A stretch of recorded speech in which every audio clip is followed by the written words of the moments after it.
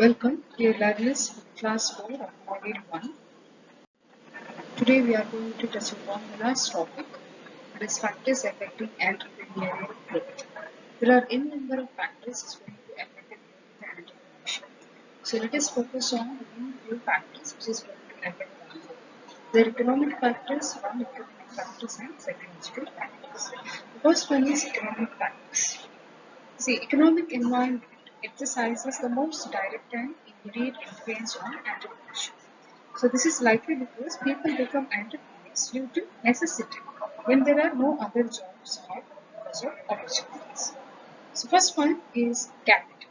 Capital is one of the most important factors for action, the establishment of an enterprise. Increase in capital investment in viable projects results in increase in profits, so which help in accelerating the process of capital formation. So entrepreneurship activity too gets a boost with the easy availability of funds for investment. So if the funds are available at a cheaper rate, the entrepreneurship will grow. If it is at higher rate, then people will hesitate or they will not take the risk of starting a business. Next point is labor. See, the availability of the labor also is very important for starting a business. If you are getting a very good quality, means skilled labor is at cheaper rate, the people are ready to expand their business by uh, employing more number of employees. But if the labor cost is more, they will think of whether to expand or not. You might have observed in case of foreign companies why they come up to India and start warehouses or expand their branches over India. The main intention is here they are going to get a labor at cheaper rate, skilled labor at cheap. So labor is very very important. Okay? Next comes to the raw materials.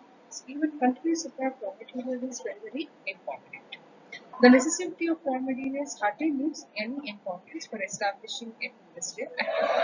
So its influence in the emergence of entrepreneurship is very important.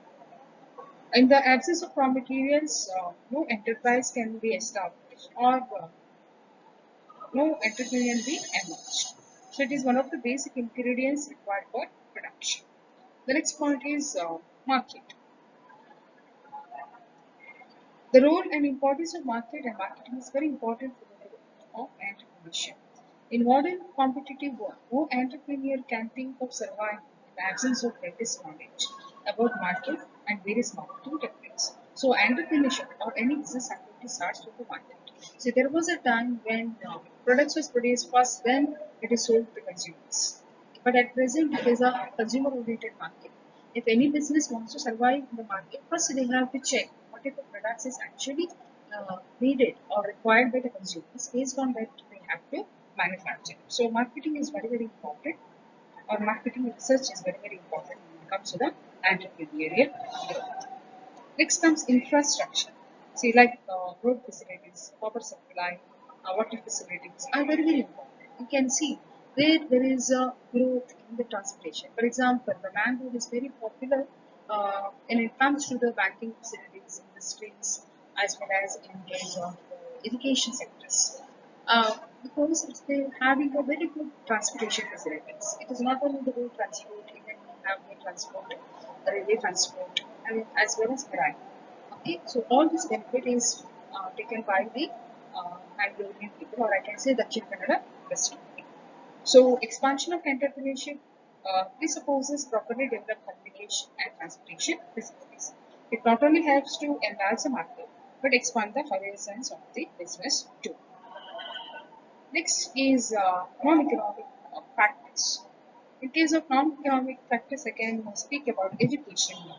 See, education enables one to understand the outside world and equips him with the basic knowledge and skills to deal with the day-to-day problems. So, in any society, the system of education has a significant role to play in inculcating entrepreneurial values. In India, the system of education prior to the 20th century was based on religion. In this rigid system, critical and questioning attitudes towards society were discouraged. The caste system and the resultant occupational structure were reinforced by such education. So it promoted the idea that business is not a respectable occupation. Later, when the British came to our country, they introduced an education system just to introduce clerks and accountants for this India company. The base of such a system, as you can well see, is very anti-entrepreneurial. But at present, you can see from the last so many years, around 20 years, there is a many activities are undertaking towards development of the entrepreneurship. Attitude of the society, also very important. A related aspect to these is the attitude of the society towards entrepreneurship. Certain societies encourage innovations and novelties and thus approve entrepreneurship actions and rewards like profits.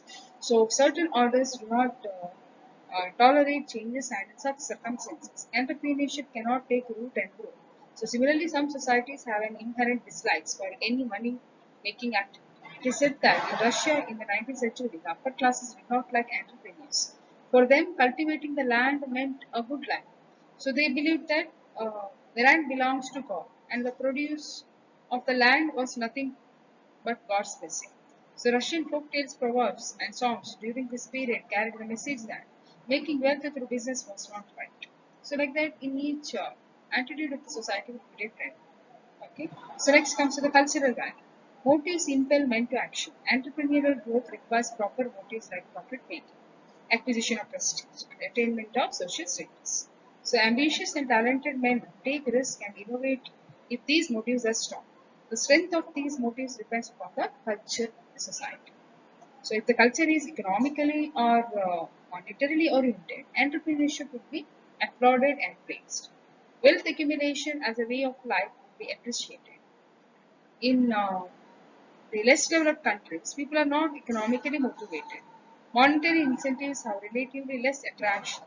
So people have ample opportunities of attaining social distinction by non-economic pursuits.